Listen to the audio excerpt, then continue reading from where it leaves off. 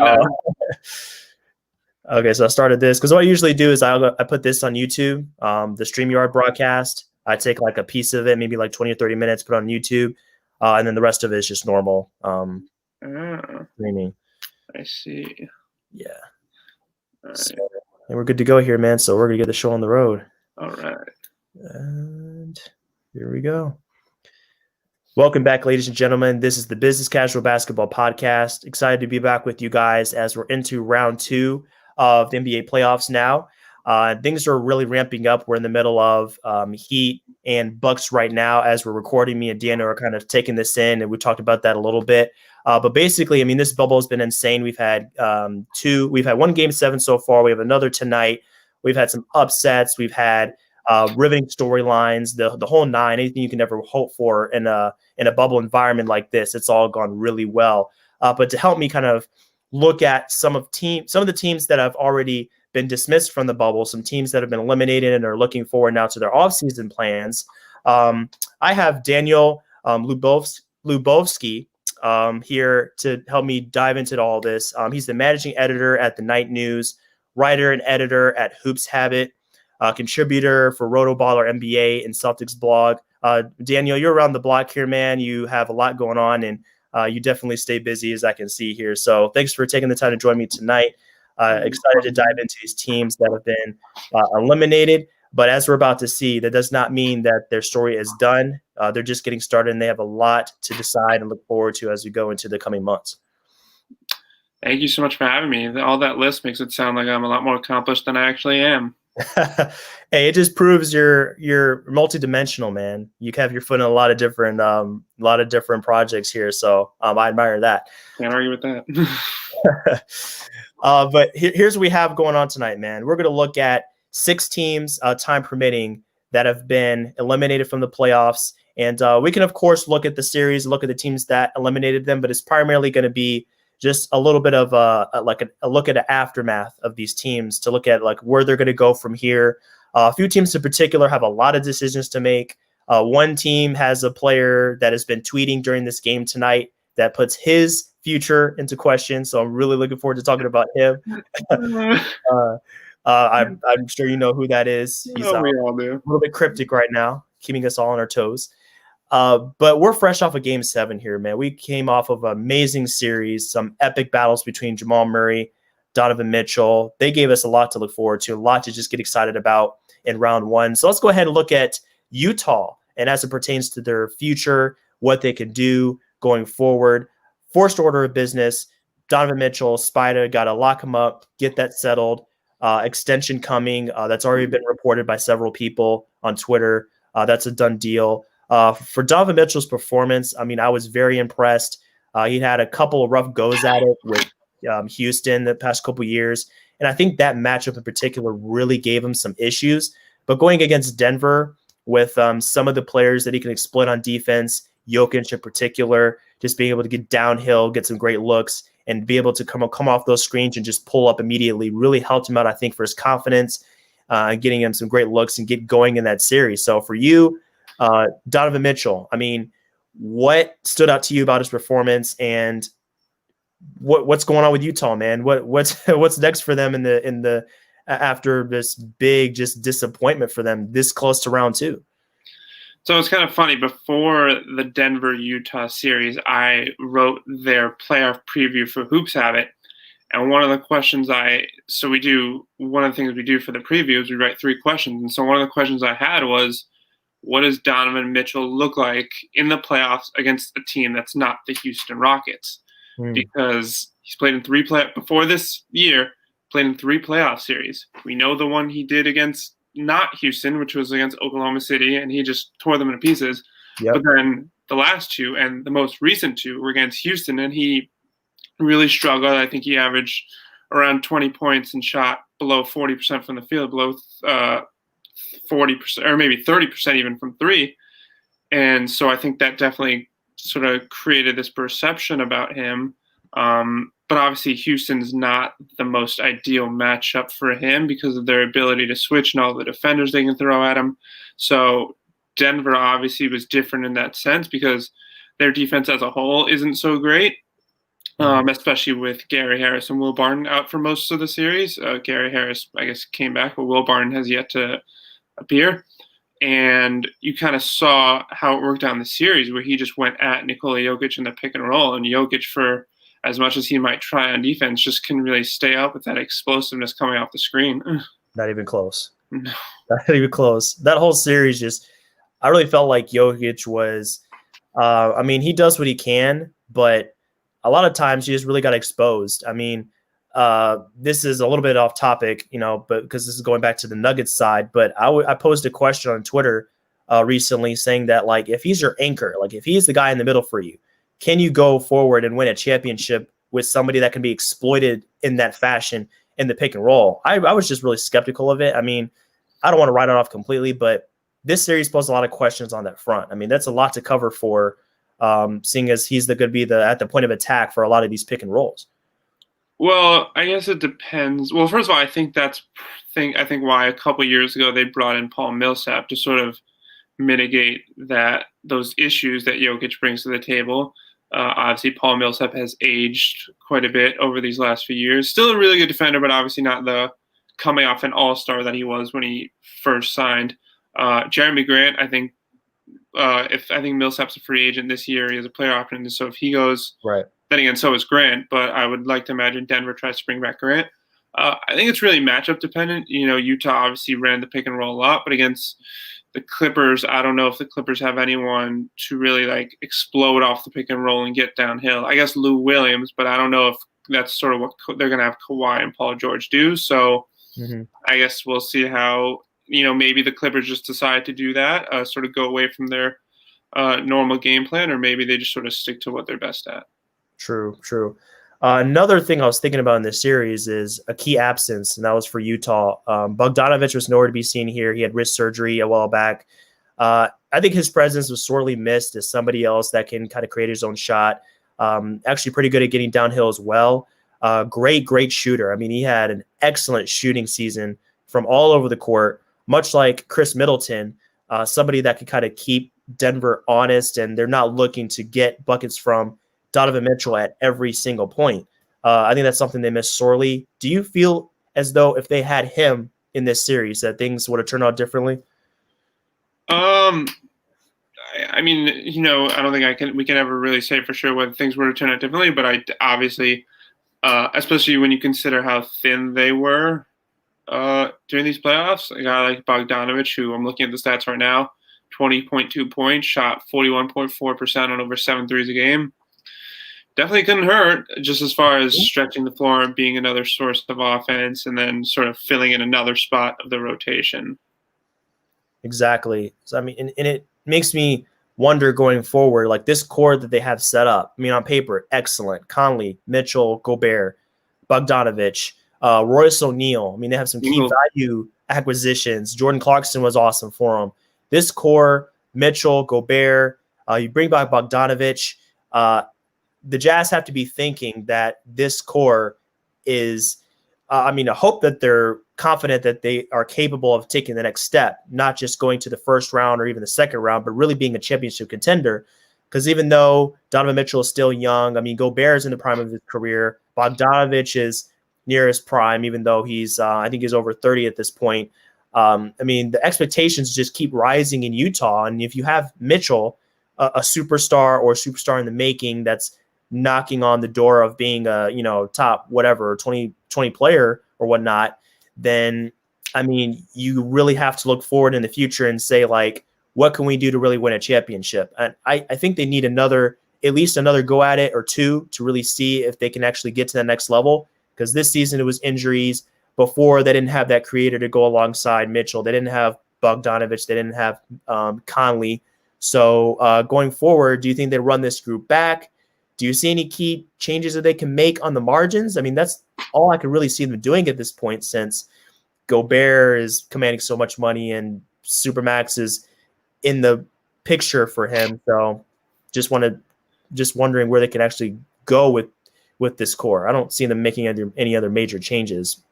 Well, so that was sort of the thing I was going to bring up, is I view it as sort of a dilemma they're going to have to make in regards to Gobert, who is Supermax eligible, but I would not pay him supermax money. But Yeah, at the same time, he might want supermax money because I think he's sort of a guy who really seeks validation as sort of this guy who's always been underappreciated throughout his career, 27th draft pick, and obviously the value we don't give, I guess, to guys who do what he does. So I sort of wonder how that's going to play out.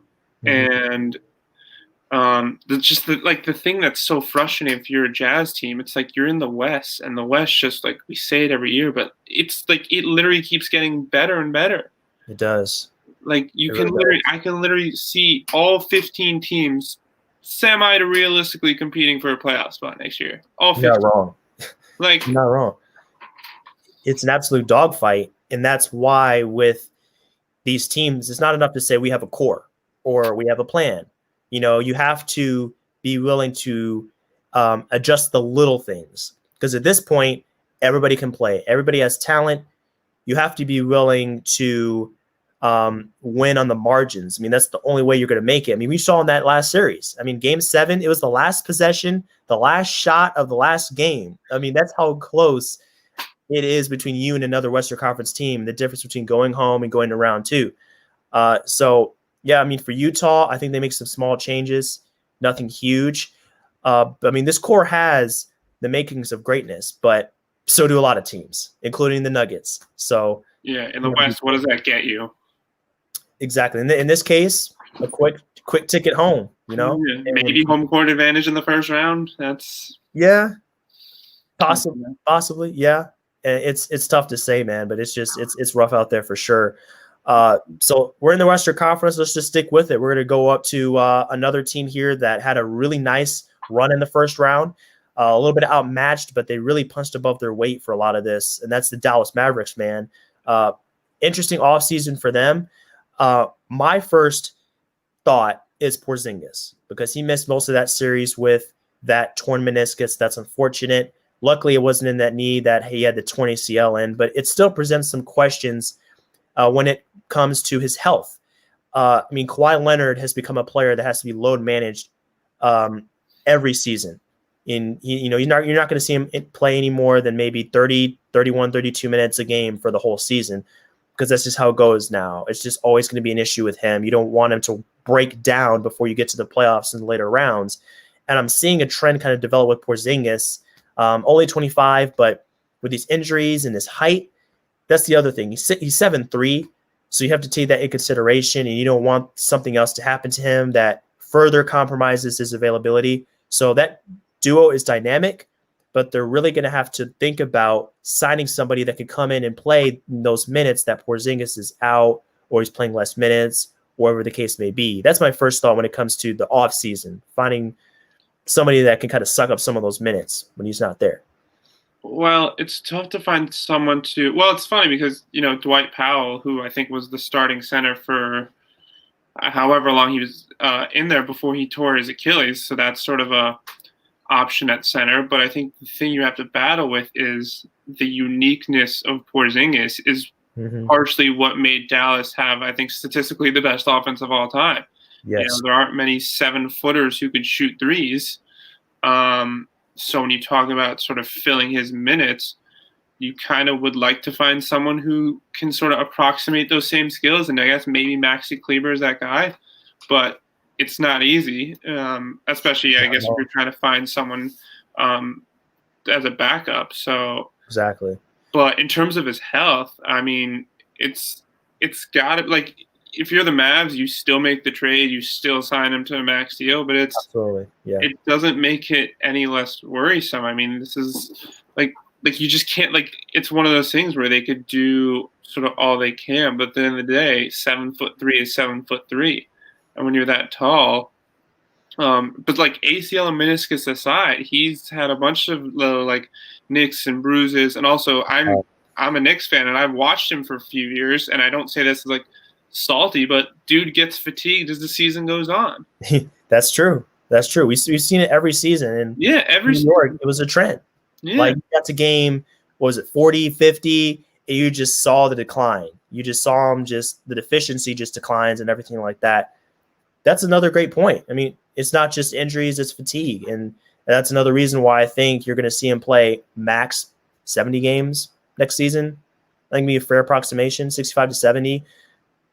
Yeah, I mean, I think with Dallas, you mentioned they need to find someone. I don't think this summer is the one to do it, and I think sort of the COVID aside, I think they have their eyes set on 2021 because that's when some of these contracts come off the books, and you have.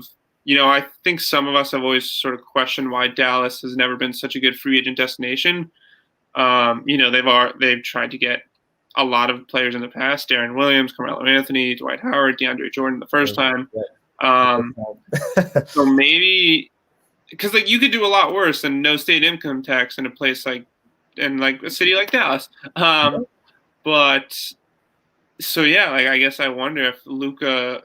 I'd imagine Luka and Porzingis to a lesser extent, how big of selling points those would be to free agents. I know the dream is Giannis, but at the same time, there's also 2021 is a lot of high-end all-star caliber free agents. So stacked, man.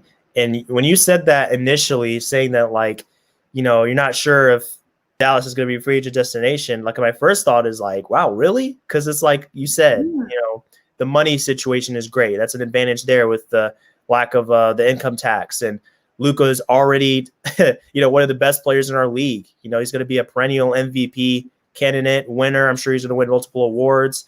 I see championships in his future at one time or another. I mean, I just see him ascending so fast. Porzingis, another great guy to go alongside him to complement his skills. An amazing coach, Rick Carlisle, second longest tenured coach, I believe, in the association. Third. I just found that out during the Heat Bucks broadcast because I was surprised to learn that Spoelstra was ahead of him. So it's Pop, right, obviously, and then I was surprised that Spoelstra's ahead of him. I should know that as a Heat fan. I kind of juggled around in my head. I was like, is it second or third? I think it was in the same summer maybe, but just someone commented on my tweet that I asked. It was 100 days apart. So maybe it's wow. difference in I didn't know it was that close. Yeah. That's good to know, actually. Yeah. But yeah, one of the longest tenured coaches, very stable organization. You look at Mark Cuban's been there forever. They take care of their players. You have a franchise player like Dirk that can attest to the kind of culture and stability that they've developed in Dallas over the years. I mean, I look at it as a really great destination. Without Luka, I see it as a good destination, but with Luka and his ascension, I see it as an excellent place to play. Yeah, I mean, it's not the biggest market, but it's definitely not the smallest. And like you said, in terms of the ownership, front office, coach trio, it definitely ranks up there. Absolutely. I mean, it's definitely on the rise. And even in the West, and I can't see them finishing it lower than maybe the 5th or 6th seed just because Luka just raises your floor so high. There are some games you will not lose because he will elevate his play to a point where you're going to get a game-winning bucket, or he's going to make the perfect pass with 5 seconds left in a 2-point game to create for somebody or something along those lines. Carlisle is going to draw up a great play for you to get guys open. And I mean, that's going to be insane for them going forward. Last thoughts. Tim Hardaway Jr. kind of created an interesting dilemma there since, he played so well. And a lot of people saw him as a negative value contract, I think, coming into this. They just saw him as a throw-in. And then all of a sudden, he kind of came out here and, another shooter that can keep defenses honest and play off of Luka. But going forward, I mean, is he approaching free agency? I want to say that he doesn't have too much longer, unless I'm getting ahead of myself. I'm very happy for Tim Hardaway Jr. because, he's just I think there's something to be said about finding the right role for you as a player. And I think he's really found that. I think, when he signed with the Knicks, the money obviously was more than he should have gotten. But I also think without Porzingis that first year, he was forced into a role that he was never going to succeed in as sort of the main source of offense. But it's no surprise that his best 2 stints have been with after his first stint in New York, he went to Atlanta, and he played really well there, and now obviously in Dallas because I think he's best playing off guys, spotting up, cutting.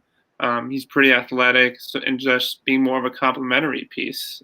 So, I mean, when you consider the money, it's still a bit hard to stomach. But I think once he hits the market again and probably gets something closer to his market value, I think people will really start appreciating him more. Absolutely. I mean, he's not. He could be Tobias Harris or Al Horford. So, Mavs fans should count their blessings. Could be worse. Yeah. If that's a throw into a trade, that's pretty good. Yeah, that's not bad at all. If that's the price to pay to get Porzingis, do that all day. No brainer. So let's head up to the Northwest here real quick and look at Portland's situation. They had an amazing bubble. Damian Lillard, not much else to say about him. Sensational. Another organization with just a great presence about them. Dame and CJ have been together for what seems like ages, and Melo gave them a nice boost.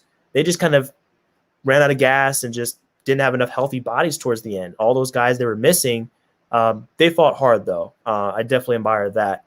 Dame and CJ, man, let's get to the topic at hand. Are they stuck if those are your two cornerstones? Have they hit the peak of what Dame and CJ are capable of? It's tough to say that. I mean, they work so well together. They gel so well on and off the court, and they've done amazing things for Portland. Western Conference Finals appearance last season. But the question is not going to go away as long as they keep bowing out in the first round, several seasons. I mean, not every year, but most of the time it seems like it's the first round. I don't know. I love to see them together for a long time because it's rare, but I don't know, man. There's just not too much else you can do there, I don't think. I don't know if they've hit their ceiling as a team as much as just the West is just ridiculous. I mean, it really is, man. And like you got the Warriors and now you have the Lakers and the Clippers, and it's just, I mean, there's definitely stuff. I mean, you definitely, I think, want your second guy to have a bit more star power than CJ. I think if he's your third guy, that's pretty good. But if he's second, maybe not so much. But I'm definitely interested to see this team at full strength next year, because you throw in, obviously, the team that they had right now. You throw in Trevor Ariza, who I think is that prototypical 3-and-D wing that they were desperately lacking. Rodney Hood is the guy that can sort of help off that bench, a bench that was not a good scoring bench. And then the emergence of Gary Trent Jr. I think Melo will be interesting from the standpoint of, I wonder if they start him or bring him off the bench, and if they try to bring him off the bench with maybe Zach Collins starting, how accepted Melo is of that. Maybe they bring Zach Collins off the bench. I don't know. But so that's a pretty good full strength roster. But again, as we've said time and time again, what does that get you in the Western Conference? They're past that point where, just getting to the playoffs is good enough. Like, we're just not this year aside, because obviously of the injuries they had to overcome. But like, this isn't a team that's just, they enjoy making the playoffs, but they've sort of raised their expectations. And so with that, I don't really know what they do. Me either. It creates a really tough equation to solve, since you have two players that can do so much for you. But I think there's certain situations like this season, it would have been nice to have, another defender, another like two-way player, or, somebody that offers something a little bit different than just shot creation, because they have plenty of that, with Melo, CJ, Dame, Gary Trent Jr.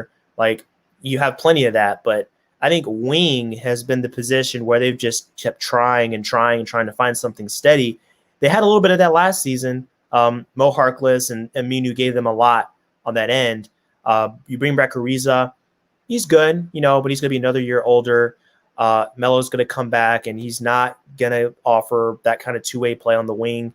Another kind of bench score for them, or I'm not sure how they kind of navigate that. That's another question they have to look at, is what their lineup looks like. But it's tough. It's tough. Dame and CJ command a lot of money. That's the other equation. You got to look at the monetary component. Since they tap so much money in your cap situation, there's not a lot left over for wings, supplementary players. You really have to get creative on that end. Yeah, and I think obviously what a lot of people will say is, well, oh, they should blow it up. But I think people don't appreciate more it's not with every NBA, with some NBA franchises, championship or bust for a team like Portland, small market, only real major, I guess, besides soccer, however major you want to think that is, that's sort of the only or one of the two pro sports franchises they have up there. There's something to be said for riding this very unique, very special era, the Damian Lillard era, just riding it till it ends, even if it doesn't create a championship. I think there's something to be said about that. I think that's why Portland fans have become very defensive when you suggest to trade one or both of them and just sort of tear everything down, because this means being relevant, I guess, means a lot more to a city and an organization like Portland than it would in LA or New York. Exactly. And it's kind of reminiscent of the Clyde Drexler era. I mean, they had a lot of great players that went through there and really challenged for a championship. I mean, I think they were a little bit closer than this iteration of the Blazers. But, I mean, the fact remains, I mean, they made waves through the NBA. Clyde Drexler was a headliner. They had a lot of great memories and great times. And if you can do that for your city, you create a fan base that will not leave. It's a lifelong thing. So there's something to be said for that. There's a whole new generation of fans coming up and seeing Damian Lillard just do these superhuman things. That's going to just keep fostering that culture of success and winning tradition, because that's something else too. If you have that tradition of winning, I mean, people see that, people appreciate that, respect that. Free agents really look at things like that, even though you're not going to have the money to really attract the biggest guys. It does help you. It does help a lot to be a perennial playoff contender, get in there and make some noise. So tough for Portland, but there's worse places to be than having one of the star point guards in the league and fantastic coach and making noise in the playoffs every year. Yeah, I mean, look at, like, I just thought that's what you were talking. Look at the Memphis Grizzlies with the grit and grind era. They didn't win a championship. They got to one conference finals. They got quickly swept by the Spurs.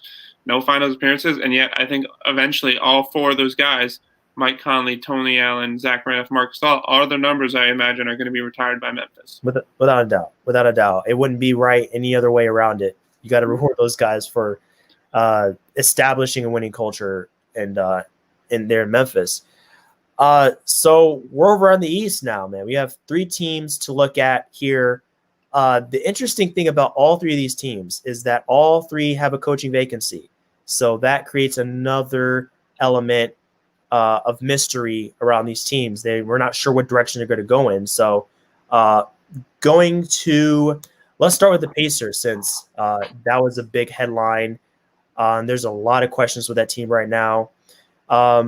So with the topic that hit Twitter the other day, with the news that McMillan was being fired after being offered an extension, definitely caught a lot of people off guard. My big problem with that is it kind of, I don't know, it sent a bad message to other, franchises, maybe other players, other people around the league, saying like, well, you kind of say you believe in a guy with that extension, and then you kind of backtrack. So I know, maybe it wasn't like guaranteed, or maybe it was just a 1-year thing, but I'm just not a fan of them saying something and running it back. Like, if they hadn't done that, they fired him, fine. The team kind of ran its course. Maybe the coach ran its course and you weren't getting anywhere else. That's fair. I can see that. I mean, the record speaks for itself in the postseason. But I don't know. The way it went about it was a little bit sketch. Did you feel that at all from the news? So, first of all, I think it was just a 1-year deal. Yeah. But further, you want to talk disrespectful? In the press release they sent out, they mentioned the 3-16 playoff record. Oh, it is disrespectful. Trying to save themselves. But like, wow, like we didn't know that already. Yeah, I mean, I don't really know why they did it and then fired him. I think it's obviously been well talked about. Like, I don't really know what else he was supposed to do with this team. Like, they had an all-star after Oladipo's first year.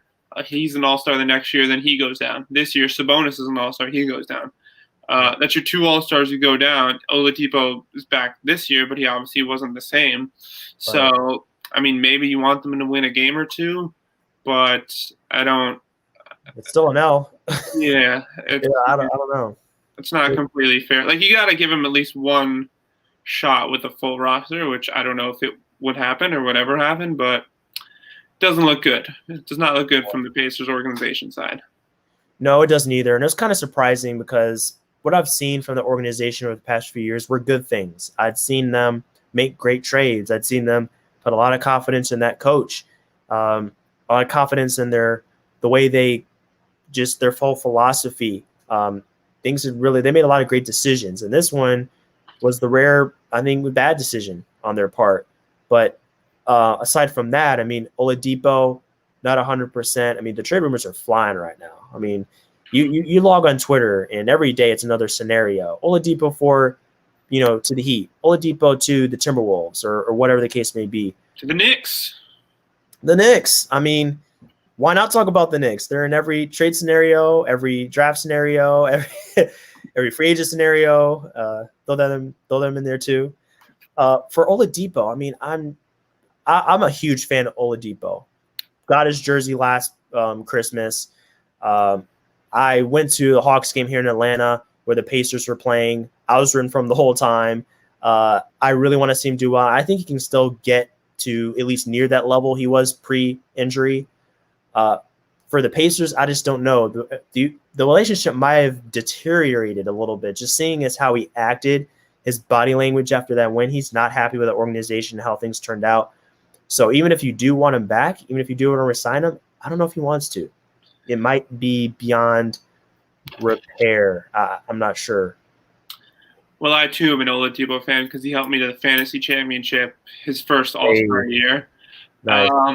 It's a tough spot for the Pacers because Oladipo is probably going to want max money, but if you're the Pacers, you don't really know how much of the best version of Oladipo you're getting, and especially for a small market team, you kind of count every dollar, so you kind of have to throw that money at him. So, and then, right, like, does he even want to be back? That's definitely a question. I think the Miami rumors are really starting to pick up steam because I read somewhere he's great friends with Dwayne Wade.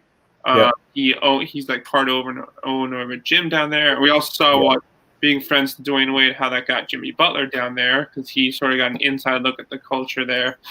But it's a tough situation for Indiana that I don't really know what the answer is because you just don't know what version of Oladipo you're getting. And when you're a franchise like that, a franchise that, as Paul George told us earlier in the summer, kind of definitely sort of doesn't frivolously spend, I don't know what they do. I don't know where they go from here.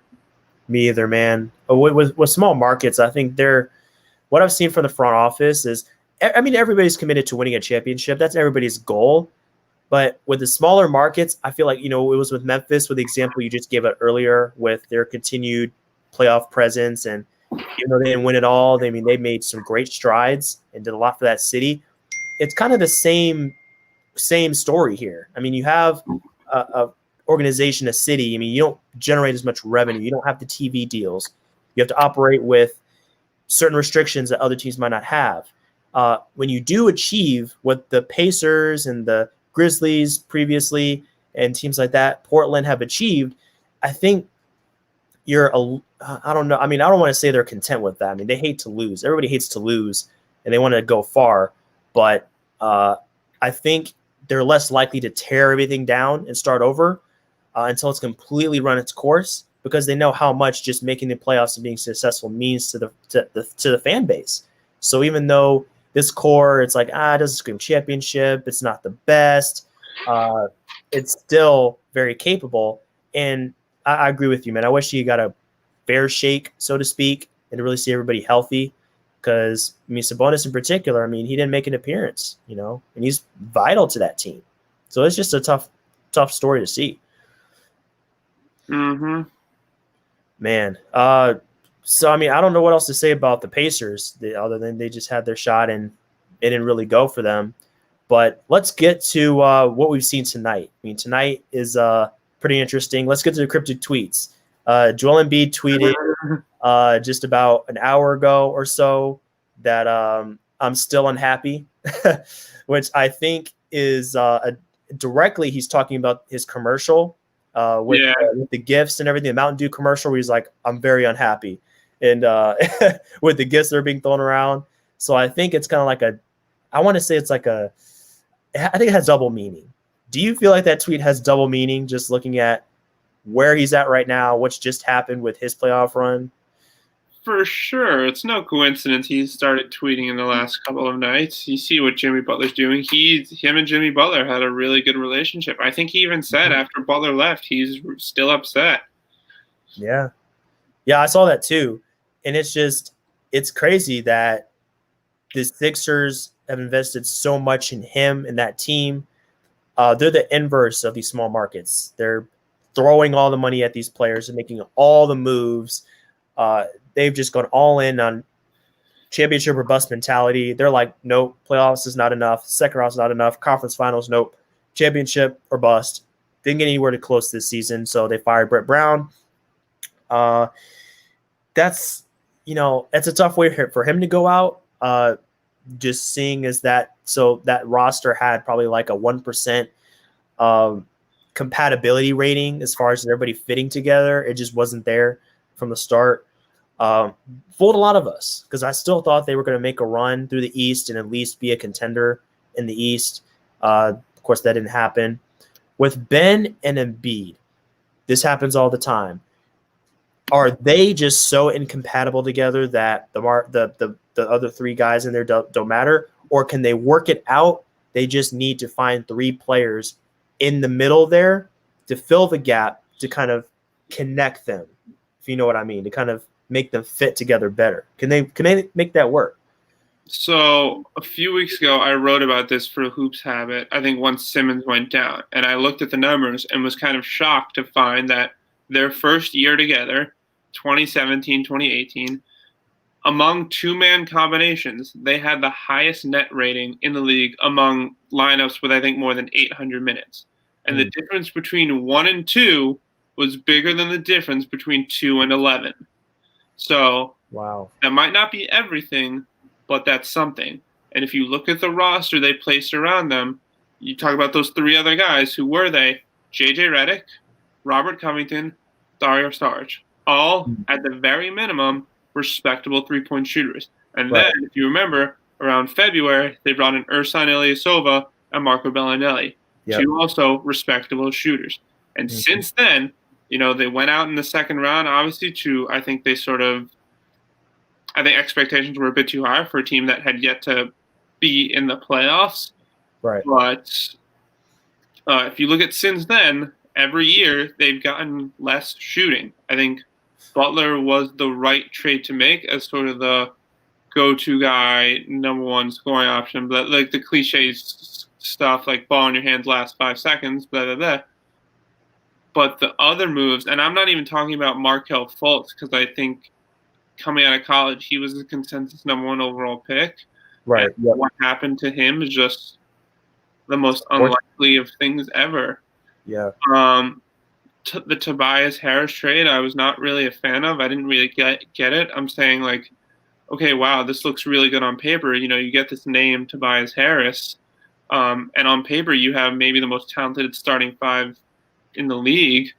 But he's just not – he was very overqualified to be, I think, the fourth and sometimes even fifth option on that team. And then this year he's definitely – underqualified to be the lone perimeter scoring option. And the issue with that was that when you trade for him, obviously they gave up a lot of valuable assets. They gave up 2 firsts, 2 seconds, and Landry Shamet, another really good shooter. Yep. For a guy they knew they were going to have to pay max money. So if you recall, Tobias Harris declined an extension with the Clippers the previous summer, and so he bet on himself, and he bet correctly, and so all the props to him in the world. But if you're the Sixers, he's just not worth that amount of money, and at a certain point that has to matter. And then so you sign him, and you don't even play him at the position he probably should be playing because you sign Al Horford. Yeah, and Al Horford, I mean, I get that you kind of want this Embiid insurance because we all sort of predict him to miss 20 games, and then you sort of want to be able to, against Toronto last season in the playoffs, they were like really good when Embiid played, and then once he went out, they fell off a cliff. Yep. But I just think there are a lot cheaper options for those 15 to 20 minutes. Mm-hmm. And then you're playing him at the power forward spot, and so you know what that does to the spacing. It would not surprise me at all. I don't know if he's going to be traded, but it would not surprise me at all to see him traded and he plays center next year. And it's, oh, wow, where was this Al Horford in Philly? And I was like, I'll tell you where. He's playing power forward, and that's why. They're just burying him in a position where he can't really make the same impact. I mean, that's not his fault. No. Yeah, I mean, there's some great points there, man. It really comes down to the front office. We could throw blame on Brett Brown, throw it on Embiid, throw it on Ben Simmons. They all have their faults. They all have things they can work on. But ultimately, it starts at the top. And if the management isn't willing to make the moves that complement your stars and they get the most out of them, then, you're going to face limitations and there's going to be a cap on what you can achieve. That's what the Sixers have experienced every year. It's like the expectations get higher, but the results get worse. That's just an unfortunate product of the decision-making they've had. The front office blunders. That's what I put on my notes here. It's just some blunders, man. It's easy to see in hindsight, easy to say that they made mistakes. But I think with Elton Brand, I mean, his philosophy was just go big or go home. Just find the big names. Just go for the home run every time. Go for broke. And sometimes you throw all your chips in, you lose everything. It happens sometimes. But luckily, this isn't like a winner. It isn't like a one-time thing where they messed up and it's over. I mean, luckily, they still have two really good players in that team. If they can just find a way to get off Horford, I mean, that's a great idea. You mentioned trade Horford. But I think it's easier said than done since it's such an albatross of a contract. Going off of what he did this season, I'm sure we know he's capable of better numbers, better performance.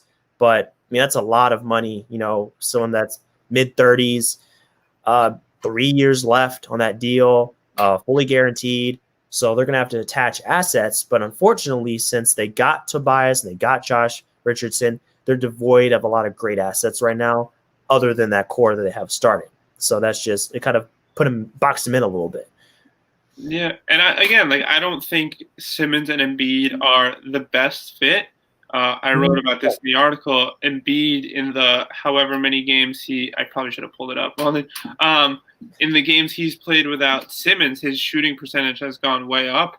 And if you recall earlier this year, there was a 9-game stretch Simmons played without Embiid. They went 6-3. They had that big win over the Lakers, and he played really well. But like you said, it's top down. Like Elton Brand, I think, as a first-time NBA GM, he's had experience in the G League, but as a first-time at the highest level, I think he was more concerned about making a name for himself by making, like you said, like the flashier moves, the moves that look really good, when they pop up on your Twitter from Woj. But in terms of functionality on the court, maybe less so. Mm-hmm. That's putting it plainly. Not exactly fits that are going to be conducive to success, unfortunately. That's just the name of the game. But last point before we wrap this up, man. Philadelphia needs somebody to kind of come in. I don't think they're going to sign somebody doesn't have a lot of coaching experience because you have a lot of big personalities, big names, big stakes.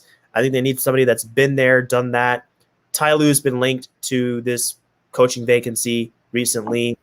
I think they need maybe not him particularly or exactly, but somebody that has won, maybe at least one in the playoffs, at least has some kind of pedigree. Because when you have big names, you need someone that commands respect. If you bring in a David Blatt, what happens? Guys tune out. Guys don't listen because it's like, what is he? I mean, he was a good coach in Europe, but like, what has he done here? He's a rookie, So Ty Lue, I guess. I mean, I just feel like people throw him in there because he's won a championship, although I don't think he's the greatest coach. So I don't know, man. As long as they find somebody that has proven success in the past or has that pedigree, that name, then I think they can find a decent hiring for that vacancy. Well, yeah, I mean, I don't think there's ever a perfect coach for a team, but like you said, like as you were sort of describing it and then mentioning, I do think Ty Lue is the option. Um, guy who obviously, as we say, has won the championship, and I know everyone is quick to say, "Oh, well, he was playing with LeBron James, so of course he's going to win a championship." Well, Ty Lue, you go ask those guys what Ty Lue did to them. Not many guys will get in LeBron's face at halftime of Game 7 of the NBA Finals. And so I think a team like Brooklyn that has championship aspirations, that obviously has the two guys, Durant and Kyrie, I think they definitely need that. For sure. That's what it comes down to. I mean, you have the teams that need someone that's better at developing players, maybe like a Kenny Atkinson, and then you have those teams that need a little bit of a push to kind of just get over the hump there. So, I mean, for Philly, for Indiana, for Brooklyn, I don't think we're going to have time to really get to Brooklyn. Although, I mean, they have coaching vacancy of their own. I mean, they have a lot to fight for, but with all these teams, man, it's going to be an interesting offseason. And with the way things are, with the different landscape, I'm interested to see how that affects some of the strategies that people employ. I don't think it's going to be just as cut and dry or as kind of typical as we've seen in years past. There's definitely going to be some surprises, some changes, and people are going to have to adapt. So that's going to be fun to watch. But in any case, that's going to do it for us tonight. Daniel, thanks again for offering your time to help us dive into these teams that have seen their seasons come to an end. Really appreciate it. Before you go, do you have any work you want to plug? Do you have any projects you want to tell the people about? Any announcements on your end? Let us hear it, man. Like you said, I write for Hoops Habit, Celtics blog, Rotoballs. Follow me on Twitter at @D_. You can read my last name on the screen. I think it'll say LUBOFSKY. And that's all I got. Yeah. Thank you so much for having me. I'm so glad we were finally able to do this. Yeah, me too, man. Last week kind of hampered us a little bit. We had to call an audible on that one. Teams had to play, but we made it work, and I'm glad that it worked out. So, business casual fans, you can find us BC Basketball 2, Twitter and Instagram. BC Basketball Info is going to be the source online. That's our website for blog posts and the like. So we'll be back next week with some more analysis, more takes, and another great special guest. But until then, hope you enjoy the rest of this night, these great games, and we'll see you back on the pod real soon. Take care. And